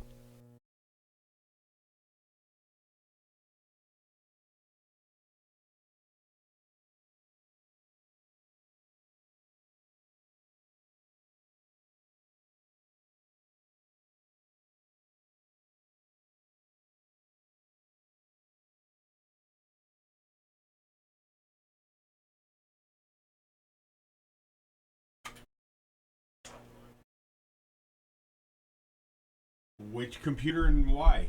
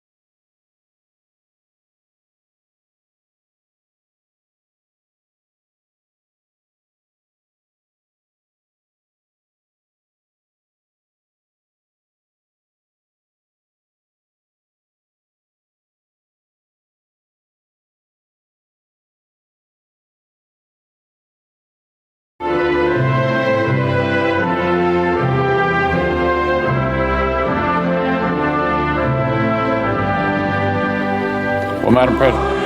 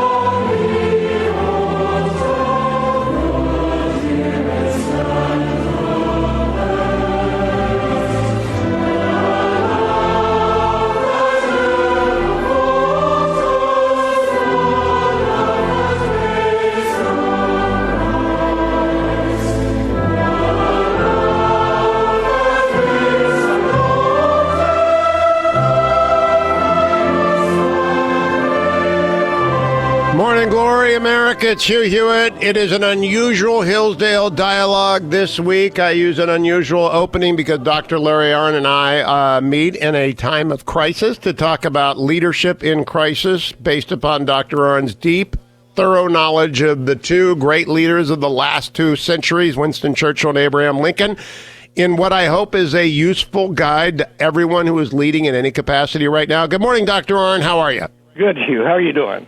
I am good. You know that I played Vow to Thee My Country for a particular reason, which is these are unusual times. I don't know that we've ever talked on the air during a time like this. Yeah. We weren't going in 9/11, and this is a little bit like that. That's my wife's favorite hymn, by the way. I wish I could say I knew that, but I didn't. I'm glad. It's moving, right? It's moving because it calls upon people to sacrifice for the love of country. And then, you know, the tune is from the Jupiter movement of the Holst, of Gustav Holst, The Planets. And it just breaks out to that. The movement breaks out of that in the middle. People should listen to that. It's just very moving when that tune starts in the middle of the movement of the symphony. Of course, I knew that. Yeah, of course you did. I work in a college, Hugh. I'm very cultured. All right. Look, I want to get to this, and we're going to tape direct. We're doing what we call in radio a dead roll so that I do not interrupt Dr. Arnn for commercial break, and then I'll break it up over the course of 2 hours in the course of the week. It's a crucial week. Earlier today, I talked with Governor Larry Hogan, and he told me that he thought President Trump was rising to the challenge. That is the question that is in front of everyone. Are they rising to the challenge? Let's begin with the president and then move through. Do you think he is, Dr. Arnn? What is the challenge, and what does it mean to rise to the challenge? Well, so we don't. The question of the answer to the first question is, I don't know. Here's what I mean by that. It's possible that this thing is devastating and might kill 2 million Americans, and it's possible that it might be really bad flu. And I get authoritative sources writing each of those 2 things in alternation all day long. So I think it's the right thing to have a short lockdown, but I also think it can't be sustained. And that's just simple arithmetic if you think about it for a minute. How many people can go 2 months without income, without serious impairment of their situation? So, and that means the country can't do that either. This is very bad, and that means that the cure is certainly very painful, and that means it should not be prolonged a minute longer than it has to be. Now, President Trump, to turn to him, and my point about this is going to be 2 things. One is you have to meet the emergency. We're going to talk about wars, terrible emergencies, but you have to remember why you're fighting, and that is to preserve peace. And peace and freedom mean the latitude of people to act however they want to, as long as they don't hurt somebody else. And so Lincoln and Churchill were ruthless and incredibly effective wartime leaders, and they didn't forget that point. And I have examples of that I'll mention today. And so far, President Trump, I like it that he is aggressive about this thing, and I like it that he is impatient about this thing, both. And that gives me hope and comfort that this won't go on any longer than it needs to go on. And I've always said to people that the objective of the Hillsdale Dialogues and of this radio show is to remind people of what Thucydides wrote: the secret to happiness is freedom, and the secret to freedom is courage. And that's consistent from the Greeks through Jerusalem, all the way through the British Empire to the American Revolution, to the founding of the rule of law, to the Constitution. It's all about freedom. And we're entering a period of time where freedom is going to be curtailed, as it was in the Civil War and World War II. So I asked Dr. Arnn to prepare to talk about Lincoln in crisis and Churchill in crisis. So let's begin with Lincoln and remind people this is not the worst time America has ever seen. Even if we get to 1918 to 1920 pandemic levels, it will not be the worst. Yeah, that's correct. Very correct. If on a smaller population, the body count on the battlefield was 700,000 in the Civil War, much smaller nation, and of course civilian casualties were also very large. So it's not like that, and it is unlikely to be like that, in my opinion. But it's good to take precautions so it doesn't get like that. So let's begin by talking about the attitude that Lincoln adopted as he. Let's stop there, Adam. Because what I want people to understand is I taped this with Dr. Arnn yesterday. Hugh Live now. I taped this with Dr. Arnn yesterday. I've posted it all at YouTube. We will play it out over tomorrow and Friday. But I wanted to let you know that it is already posted at my YouTube channel. So if you go to youtube.com and type in Hugh Hewitt and just scroll down, you will find Dr. Arnn and I, our full hour, which will be broken up over the next 2 days, so that you can, if you need a little lift, you need some inspiration, need some guidance on how to lead in a crisis, there it is, from the guy who knows Lincoln and Churchill. I want to tell you that today at 4 p.m. Eastern, Seb Gorka is assembling Dennis Prager, Mike Gallagher, Hugh Hewitt, Larry Elder, Greg Clugston, the Salem Radio Network team, to again bring all of our perspectives together, as we have been doing from the beginning and will continue to do throughout the crisis Wednesdays at 4 o'clock, because there's a lot of perspective there. Prager and I have been doing this for 30 years each. Gallagher has been doing it for 30 years. That's 100 years. Greg Clugston has been at the White House, I believe, for 25 years, so then we're over at 115 years. Dr. Gorka is new to this. Larry Elder's been doing this for 25 years, so we're up to close to 130 years. Seb is new. He's learning it, but that makes him a great host for this in the ideal time, 4 o'clock East Coast, 1 o'clock West Coast. Before the briefing of the day, doesn't interfere with the presidential briefing, doesn't interfere with the task force briefing. Good time to connect, find Seb Gorka online, and listen in. Listen in. At this very moment, I am installing Zoom. I'm working, Dwayne's slow on this stuff, but I'm downloading Skype and Zoom onto my my mainframe, because we're shifting everything to work remotely. And luckily, radio can do that. And you may have heard me mention, I extended my contract with the Salem Media Broadcasting, Salem Media, for 8 years to the end of 2028. And I did that because I don't want to work for anybody else, ever. I'm glad to work for the Post and for NBC and appear everywhere that I'm needed and to speak and talk and write. Glad to run the Nixon Library. I never want to do it. This is my number one thing to do. Number one thing is to be here talking to you with people like Larry Arnn in times of crisis.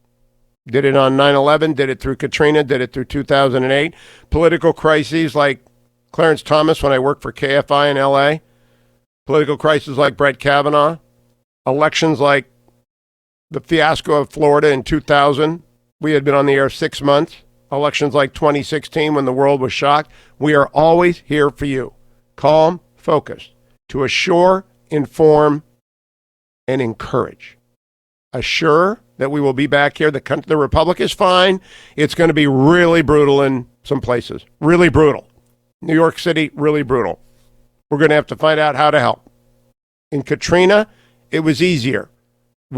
I bought a turducken, right? That you just helped everyone in New Orleans. You sent your business to New Orleans for a year. We adopted a church in downtown New Orleans. It's Katrina for the world. So all I know is Food for the Poor is helping in Guatemala. That's one place to help internationally. Just start figuring out. Got to help the military. Get honorboundcoffee.com. Got to help people abroad. Food for the Poor. Got to help my church, my school, my neighbors. You got to help. You got to help. You got to help. And I hope we start a war bond drive, a beat the bug bond drive, because you got to help. You got to help. That's what you got to do. You got to help. And you got to pray. I got my rosary. I'm a Catholic. Whatever you do is good for you. I got my Presbyterian Bible study because I'm a Presbyterian. Whatever you do is good for you, but do it. I'll be right back on hour number 3 of today's Hugh Hewitt Show.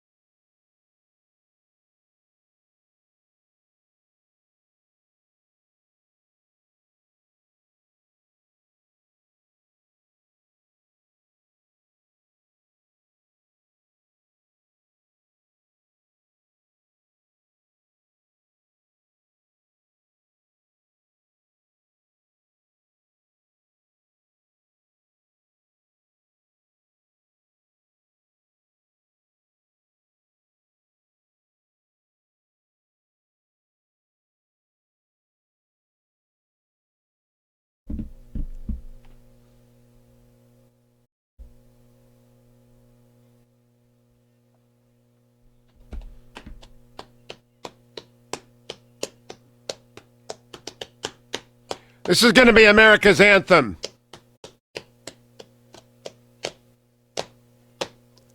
Thank you, Sir Elton John. This is going to be the UK's anthem. It's going to be America's anthem. It's going to be the world's anthem.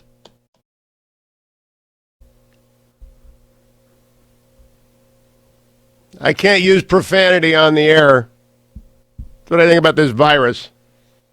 All right, listen, a few things to tell you about. DaybreakInsider.com. You want the news in the morning and you don't want nonsense. Daybreak Insider, the entire Salem media team puts it together overnight so that you get everything that I get. I get a lot more. I mean, I work the international press. I get up early. I'm ahead of you. But you want a short form? DaybreakInsider.com. DaybreakInsider.com. Number 2, Salem Special, 4 p.m. Tune into the Seb Gorka Show on your app, on your radio station. Google Seb Gorka. Avengers Assemble from Salem, Prager. I'm going to have to put Dennis down again, slap him around a little bit on the radio. He's my friend, but, he's out skateboarding around L.A., and I don't mind that. Maybe 6 feet apart from people. Smoking a cigar and skateboarding, that's Dennis Prager in L.A. Gallagher, he's watching he's watching old Broadway musical shows. That's fine. Larry Elder, and he's muttering on the West Coast, too. And Seb and I are in the Beltway, which is like World War Z. There's no one in the streets. I had to pick up a soldier yesterday and help him get home. So I went to the National Airport. Socially distanced soldiers coming back from a place where there is no virus. So I was a risk to him. He wasn't a risk to me, but I'm not much of a risk. I'm fine. And dropped him off. There's nobody at National Airport. I've never seen that. All right, I'm 64 years old. I've been going to National Airport for 35 years. And nothing. I mean, every parking space empty. It is the weirdest doggone time. But you know what? We're still standing. It will all pop back.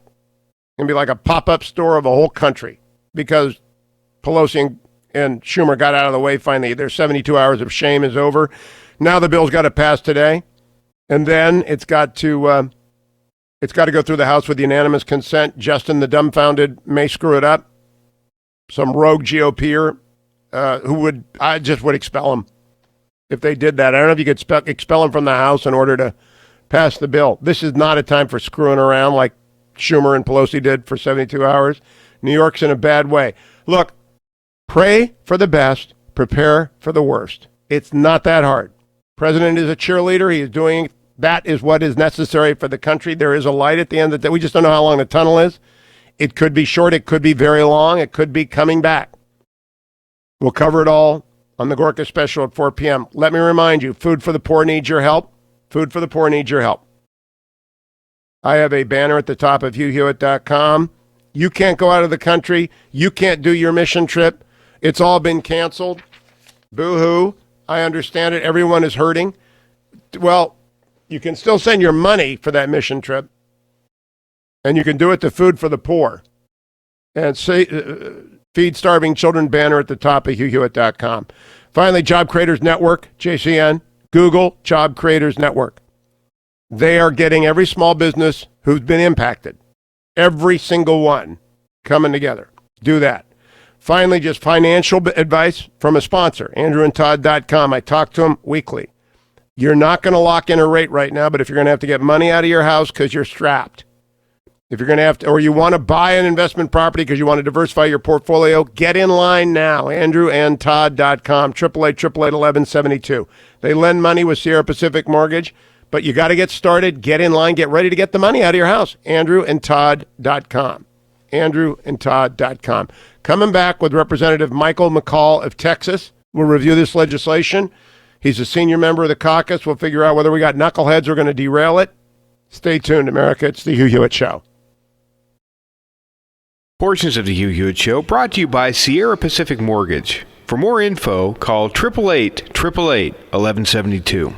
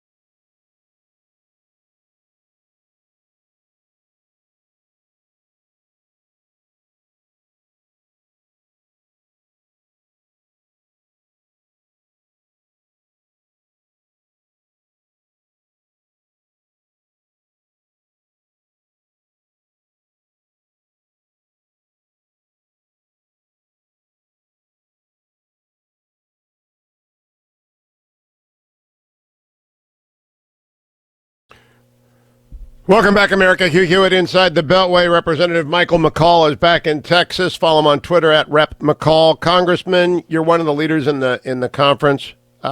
Please tell me no Republican will vote no on unanimous consent. I hope you're right, Hugh, but I can't guarantee it. There are probably some who think a $2 trillion package needs a vote. So I hope you're right. I mean, nobody in this environment wants to get on an infected airplane with infected members of Congress in the Capitol. So I got to stress to them what Chuck Schumer and Speaker Pelosi did over the last 72 hours of shame. And people are losing their jobs daily. Yeah. We've got to get the fire truck to the fire. I totally agree. And what Pelosi pulled off the last couple of days was just hijacking the process, exploiting a crisis, and throwing just everything that had nothing to do with coronavirus into that bill. So I'm hopeful. Schumer, McConnell, I think they're voting, and then we'll be up there maybe tomorrow. All right, now, Congressman, in Texas, you guys have gone through hurricanes and fires and drought. This is sort of like Katrina for the world, right? Do you think this bill is adequate to the task? Well, we've had 3 phases. The first one dealt with treatments, vaccines. Second one with the tests, paid leave for families affected, employment and insurance, and some other strong things. And then this one is about direct relief to the American worker. It's about small business relief through loans and about the hospitals, care providers that are really going under right now. This is, you're right. My state's dealt with, I don't want to call this stimulus or bailout because it's really not. And I was not for the bailout in 2008, but this is a different scenario. It was not business that caused the problem or financial institutions. It was an outside threat that came from China. But we've dealt with crises in the past, and we're strong here. We're going to get through it, but it is a bit like the Twilight Zone, Hugh. It's and we're hoping this episode's going to end soon. Now, you were chairman of Homeland Security, and you're a ranking member of Homeland Security, and there are a couple of aspects. Well, Foreign Affairs. Foreign Affairs. That's right. You replaced Ed. Ed quit, and you took over Foreign Affairs. A couple things I want to ask you about the world, but first, I've been peddling the idea in World War I and World War II. Every American wanted to help, and they could. They could buy war bonds, Liberty bonds. I think we should buy beat the bug bonds. Anyone talking about that? Because everybody wants to help, and they don't know how. That's a good point. My dad's a World War II veteran, B-17 bombardier, D-Day invasion. Went to Normandy when the president spoke, 75th anniversary. I've heard about victory gardens, but you know what? Buying bonds is a great idea. I mean, and then everyone wants to participate in this, like back in World War II. They just don't know what to do, and they don't want to get out in public, because of this social distancing. I think buying bonds, we had to take that to the president, Hugh. Well, I talked to Admiral Stavridis, and he told me, I got a little chill when he told me on his office in Florida, he has a letter from Ike, as Supreme Allied Commander. A little girl said she'd saved up $25. Should she buy a bike or a bond? And Eisenhower wrote her back and said, buy the bond. You can always get a bike, but we can't always win the war. And I really do think people like me, I can help certain people certain ways, but I can buy bonds. You can buy bonds. People who have not been impacted can buy bonds and help pay for this. I think we really ought to do it. Well, members, we some of them have got a little bit of trouble buying stocks, but buying bonds, like COVID-19 bonds, I think maybe I'll introduce that bill. Please, Bill, will you talk about it? Oh, you betcha. Beat the bug bonds. That's what I'm calling them. But yeah. So tell me now about. I'm going to get some big thinkers about the world on. The world is changing. Iran may be close to collapse. We have no transparency. I pray for Venezuela. They have nothing, and now they're going to be sick. What do you see happening? Well, Iran is really taking the brunt of this virus. Qom is a pilgrimage site, so they all go in and out, and they go back to their countries, which is a disaster because it spreads the virus, that much more. They're ill-equipped. Their hospital healthcare infrastructure, and so China took a big hit, but they're on the decline. Italy took a huge hit because their healthcare providers came down with the virus, and they're imploding, literally imploding. And Iran, I would say, is right there with them now. Europe is at the epicenter. The United States is next. And the next 2 to 4 weeks, I know they talk about 15 days, Hugh, but I don't think we've beaten this thing in 15 days. I think we're looking at 2 to 4 weeks because if you look at the timing, it hits countries for about 2 months before it gets worse, before it gets better. And we're going to have to get through this strong. I do think there are a lot of effective treatments out there that I've been briefed on. We do have the clinical trial vaccine, but that won't be ready for a year. They're looking at antibody serums, which have been very effective. We think those will come out in a couple of weeks. And Gilead is trying this antiviral on patients right now in China. We're going to get briefed on that the first week of April. And then I think you have compassionate use for the elderly people and high risk. Once people know that we have something like Tamiflu as the flu that can save lives, it's going to start calming people down because right now, there's nothing. And people are so afraid they're going to die from this. I got through 9/11. I was a counterterrorism federal prosecutor, and there's a lot of fear.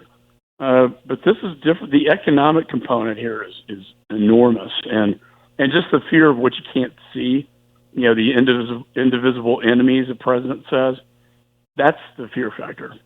Yeah, I'm reminded of when Katrina was offshore. And people, and every hurricane, when it's offshore, you're just scared to death. Remember this one we just had? People are scared to death until it hits.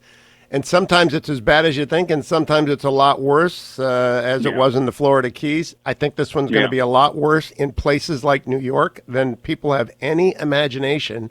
So it's okay to be afraid, but I think they need to, this last 72 hours, Congress failed. Schumer and Pelosi failed. But hopefully that won't happen again. Do you think they got burned? Are their fingers singed? I think the American people are tired of exploiting crises for political purposes. I think what they want is they don't care about Republican, Democrat, and scoring points. What they care about is Congress doing its job, acting quickly in a time of crisis, and getting something done for the American people. And shame on her, throwing all this stuff that has nothing to do with coronavirus, just to appease the squad or to appease her left. And she knows that I just think it's just wrong. Man, people want action. People are dying, People have this virus. People are in hospitals. This is not the time to be screwing around with politics. It's time to get it done. Not to have a goodie bag list of all these things you wanted to pass for the last 10 years and you throw it into a big $2 trillion bill. And I think it's disgusting. It's offensive, shameful, and we have to get this done. We have to get it done now. Well, I'm never going to let them forget it. But in the meantime, I am more interested, like you, in innovation. One last suggestion. You deal with a lot of regulators. I think we need a truce for tech to target the virus, meaning we got the antitrust division, the FTC, state attorney generals. They're all going after tech, and maybe they deserve it. I'm no apologist for tech. I know exactly what the problems are. But I just say cease and desist for 4 months and let them do their stuff in the Valley so that we can get new tools and platform for sharing data on COVID, which is international, and an avalanche of data. You know what that's like from Homeland Security. An avalanche of data is useless if you can't exploit it. Right. And I think what you're seeing is, I think initially the traditional models of CDC, HHS, didn't really work so well. And what the president's done, and rightfully so, is he's really unleashed the innovation and ingenuity of our private sector, whether it be biotech companies, whether it be, Texas Children's. I got Dr. Hotez right here in Texas. I've talked to him every day about, the vaccine that he was developing, or, what's the latest on the market. There's some great things coming out. Remember, this virus, the family of corona, has been around, like SARS, MERS. And Ebola. They've been studying it for a while, and there's some great stuff out there that's just on the horizon. And I think we have to unleash and harness that. That first bill we passed, $8 billion, was to go to that purpose. And I'm hoping that's going to jumpstart. And I think the model for healthcare, we have the best healthcare in the world, but the model of how we respond to a pandemic, there will be lessons learned, and we're going to change that. And we're also Arthur Herman wrote the book Freedom's Forge about how America ramped up for World War II. And his Wall Street Journal editorial said, the government points and then the private sector delivers. Do you think we're doing that? I think we're doing it now. I think at the beginning, CDC was in charge, and it wasn't. It was more government run. Now it's more private sector. Boeing, and not being it's a bad company to point out right now, but Boeing built the B-17, the plane my father flew, and they built thousands of those planes, and that's what won the war. Were the bombs. Is your dad still with us, Congressman? No, he passed away, but I did a great, my funnest interview on Fox was, or most, from a personal standpoint, was a father-son interview. I had my dad on there, and I was in front of the 10,000 white crosses at Normandy talking about his generation. I wish I'd love to ask him. My uncle, James Hewitt, flew 39 missions as a navigator, gunner in a Liberator, and those were mine scary. is 32. That's scary, right? Yeah, they're supposed to fly at 25, and that's 30. 32 for my dad, and 39 for yours. Wow. For my uncle, my dad was floating around the Pacific, and my other uncle was flying the hump. The greatest generation. They're the ones at risk, man. We got to make sure that those that are still with us don't get this thing. Congressman Mike McCaul, great to talk with you. Rep McCaul may go get us our bond drive that we need. We'll see. Don't go anywhere, America. I'm coming right back. Don't forget, if you're working, relieffactor.com. If you're commuting, fastest commutes ever. I can drive anywhere in the Beltway in half the time it normally takes me. Literally, just anywhere. But some of you got those hour and a half commutes, even when it's fast. Relieffactor.com for you, and especially for you people, talking to my pastor, they've taken up long walks. And you know what? Different muscle groups than anything you've done before. Relieffactor.com. You got to walk. You got to get rid of the stress. You got to keep your heart going. You got to stay healthy. Relieffactor.com provides 4 essential supplements, Icarian, curcumin, resveratrol, and omega. I was about to say OxyContin, but no, it doesn't have that, thank God. Omega. And it is, don't stop taking anything you're supposed to take. Do take relieffactor.com. Let nature work with you to work your body into shape. What you're doing right now, you need to do.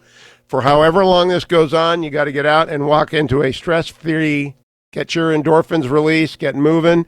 If you got some minor aches and pains, that's what relieffactor.com is for. And don't forget honorboundcoffee.com, honorboundcoffee.com, 100%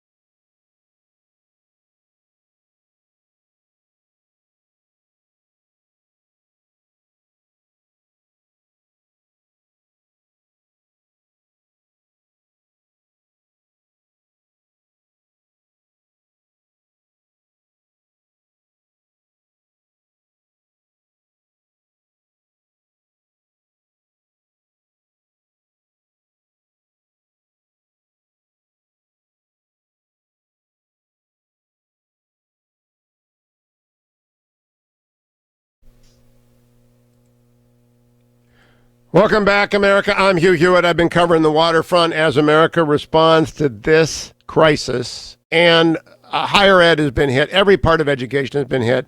Pete Peterson is the dean of the Pepperdine School of Public Policy. He's both turning his big brain to the pandemic, but also to Pepperdine. I'm just curious, Pete, welcome. How's your family? Everybody healthy? Yeah, thanks, Hugh. Everybody's doing well here, but I'm learning the full implications of being an essential employee. Still reporting up to the Malibu campus, but it's a very quiet place these days. It's so strange inside the Beltway, Pete. But tell me a little bit about Pepperdine, which is a great institution. How is your graduate program in public policy responding to this? Well, I would love to say in some ways we didn't have to be prepared for this, but with the Woolsey fire a couple of years ago, we went through the process of having to transition classes immediately from on-ground to online. And so in some ways we went through that same process with this. Starting last Monday, we moved all our classes online, and I taught my first class online on Thursday, and so the technology seems to be working, but obviously we wish we wouldn't have to go through all these changes due to the pandemic. I'm on leave from Chapman Law this year, and I'm kind of glad because I like students in front of me. Law professors use Socratic method. I've been doing it for 25 years. I don't know how you teach con law. It becomes a lecture. How did it go? Well, it went pretty well. I mean, we teach the same way, Hugh. The Socratic method is such a big part of what we do at the graduate school, especially when you're going through some of these great books courses that we teach, but even some of the quantitative ones, too. It's always better if you can keep these class sizes small. And so at least in some advantage, most of our class sizes are less than 20 students, so the ability to use the Zoom platform or Google Meet, which is what the two platforms that we've been using at the university, you can still get some good interaction, and I found that even with our students in the class that I taught on Thursday. Now, there are all sorts of conflicting models from there, and the two are Imperial College and Oxford. The doom and gloom is Imperial. The best case is Oxford. What's your assessment of all the data about how, I think it's an international Katrina event. What do you think, Pete Peterson? No, I think that's a very fair case. I think what's been so difficult about it is everybody's waiting for the peak to hit. And certainly out here in California, right now we're ticking in around 2,600 cases, certainly not nearly as much as we're seeing in some of the other states like Washington, and always reevaluating new data that's coming in. I'm curious if your public policy students committed to careers as they are in the public sector have been shaken by this, because the responsibility is enormous, right? It really is, Hugh, and thankfully we started a new initiative about a year ago, specifically in crisis management and disaster response. The group has actually been working with the city and county of Los Angeles to put up a GIS-based online map to track where the cases are and where emergency services are. And so in many ways, our students are learning really in real time, not only the career opportunities that have been made available through this, but really the importance of public service in a time of crisis. Now, when you do interaction with them, are they obsessing on the news, and how are they getting their information? So many people are getting so much bad information from broadcast platforms that are not committed to firm, factual, calm reporting. How are they getting their information? Well, it's a mixture. Obviously, with our students in their 20s and early 30s, social media is a significant source for them, but they're still taking classes on a regular basis and checking in with our own faculty and what we're hearing. But our students have now been dispersed back all over the world. You know, we have students from all over the world that come to the Graduate School of Public Policy at Pepperdine, and so they're hearing from their local news sources as well as our faculty who are working, for the most part, still out of the Malibu campus. Well, please get them out of their bubbles. Make sure they're reading everything. Pete, quick question. I think we need a war bond campaign like World War I and II, a beat the bug bond, so that everyone can participate. Do you have any study of how those bonds worked and whether they're applicable to a situation like this? Not specifically that, Hugh, but I think there is something, and I'm sure there's a passion. I certainly see that here in Southern California for people to find a way to be engaged. You know, it's one thing to tell people to to stay home and to keep their social distance. But I think people are looking for a way to engage, and that certainly would be one way to do it. All right, great. Pete, thank you, my friend. Pete Peterson, Dean of the Pepperdine School of Public Policy. You should be following him on Twitter at Pete, the number 4CA, at Pete4CA, and you should be following us to tomorrow. At 4 o'clock today, I will join along with all of the Salem team, the Seb Gorka Show, to update you on our various perspectives. Prager, Gallagher, Prager, Gallagher, Elder, Hewitt, and Greg Clugston. Thank you, Adam. Thank you, General Ben.